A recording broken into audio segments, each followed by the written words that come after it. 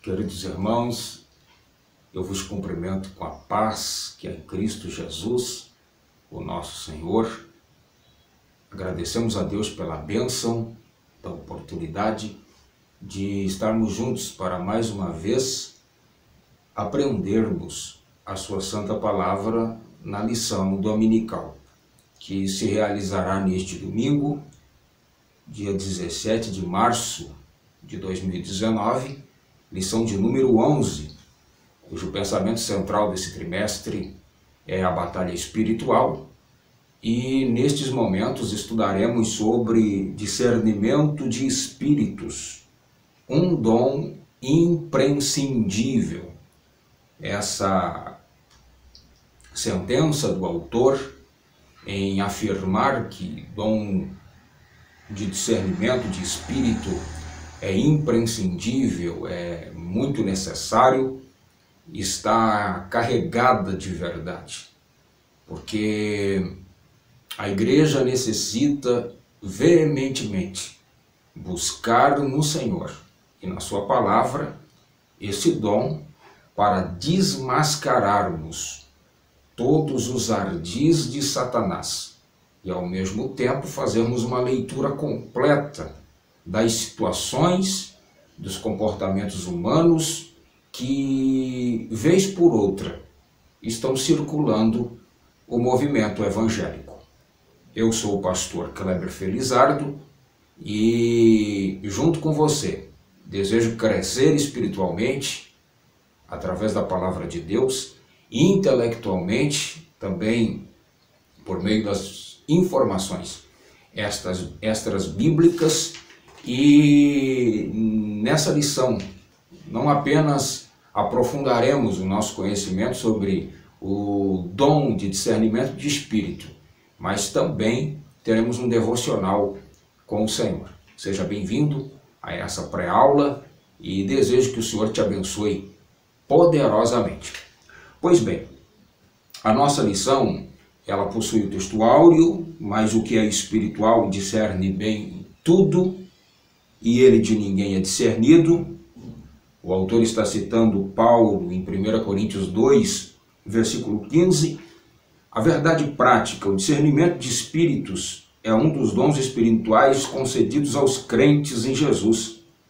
Ele nos capacita a distinguir o real do aparente e a verdade da mentira. Com certeza, este dom manifestando-se em nossa vida, nós vamos descobrir a fonte das manifestações.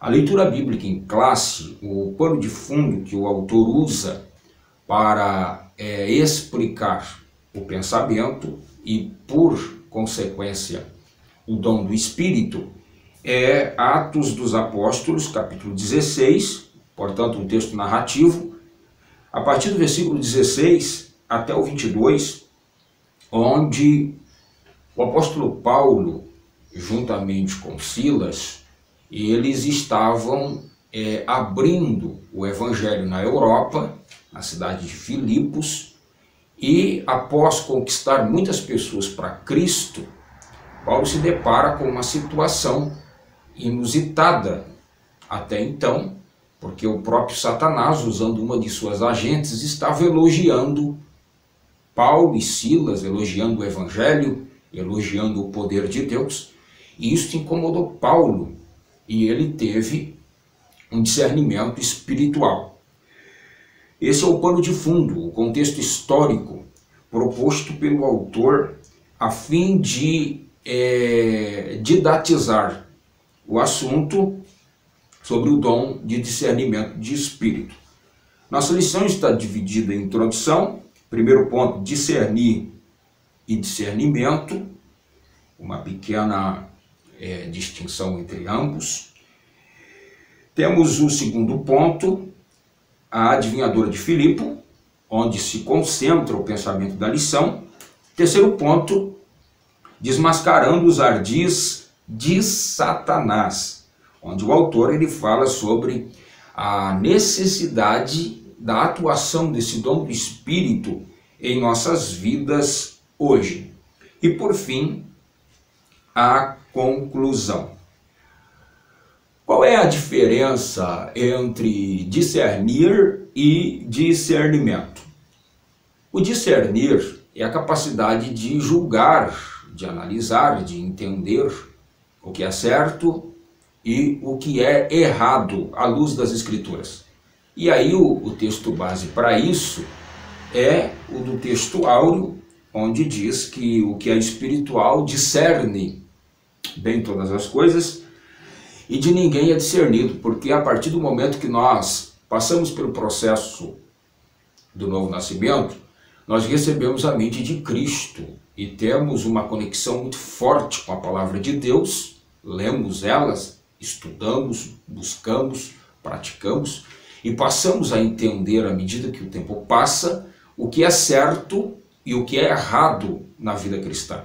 Isto é discernir.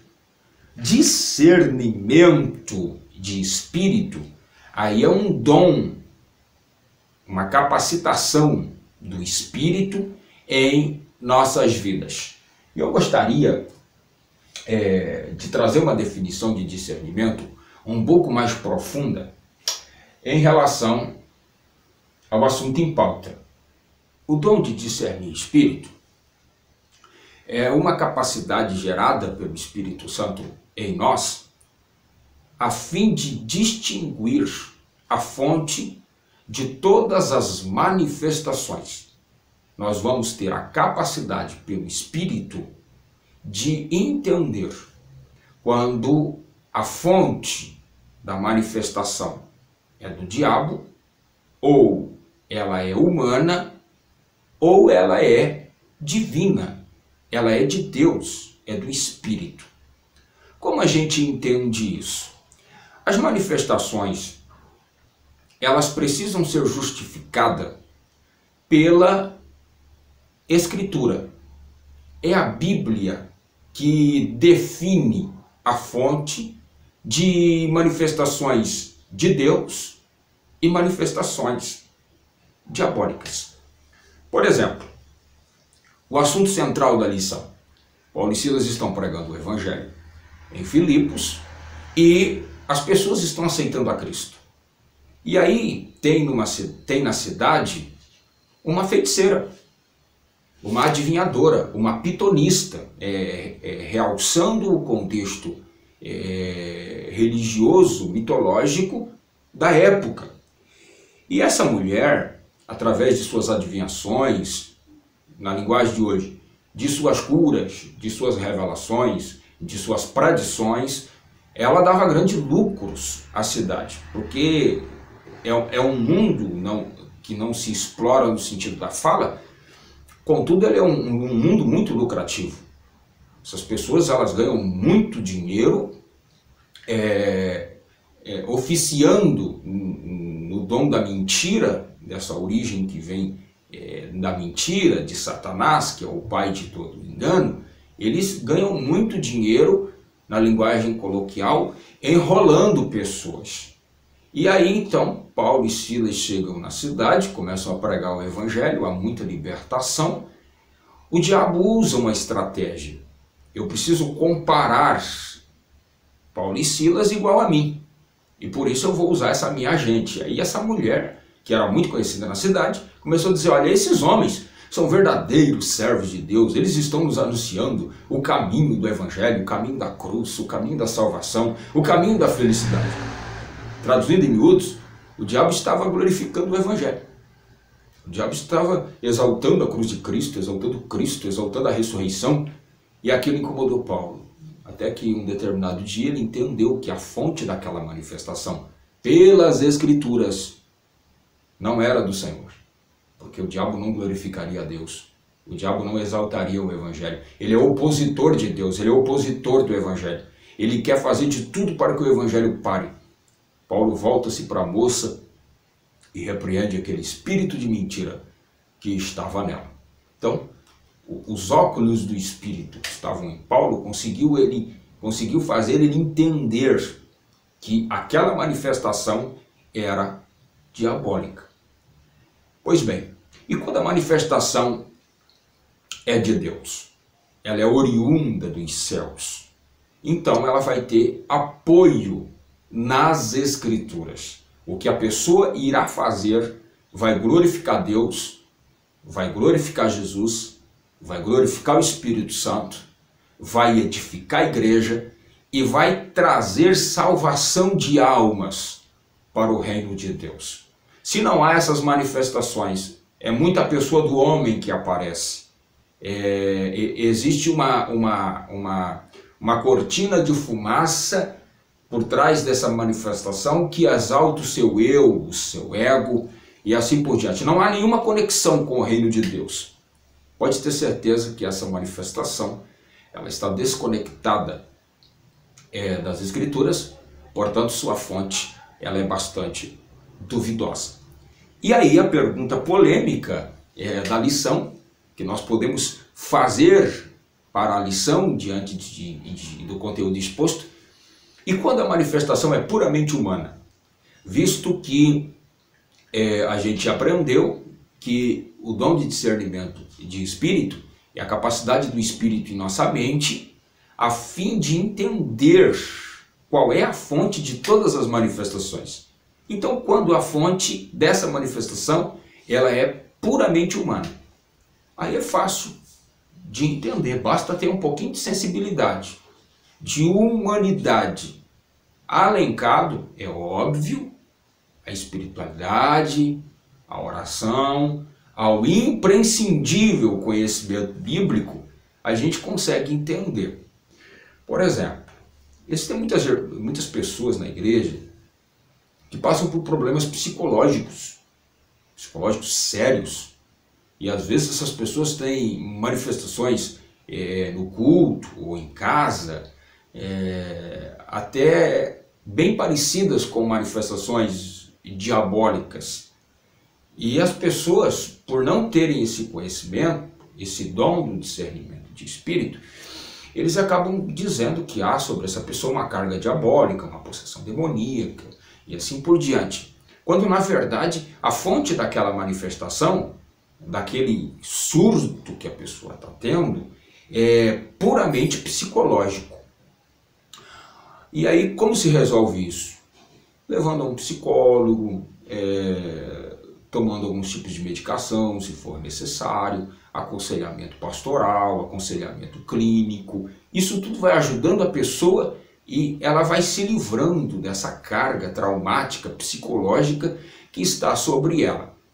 O grande problema é quando essas pessoas que estão doentes assim e tendo esses tipos de manifestações vão para a igreja. E aí, por exemplo, nós os assembleianos, com uma pluralidade pentecostal, nós damos bastante ênfase aos dons do Espírito, às manifestações do Espírito, e aí essas pessoas, elas se sentem no direito de usar o nome de Deus para falar em nome dele, entregando profecias e revelações, assim por diante, para as pessoas, quando a fonte daquela manifestação é puramente uma doença psicológica, fruto de uma desorganização emocional e mental em que a pessoa está passando, e elas usam o nome de Deus assim por diante. E muitas igrejas, por não terem discernimento espiritual, atendem a isso como se fosse o próprio Deus falando. Estou dizendo isso porque eu já tive experiências nessa área, ao longo dos anos pregando, vendo esses tipos de manifestações.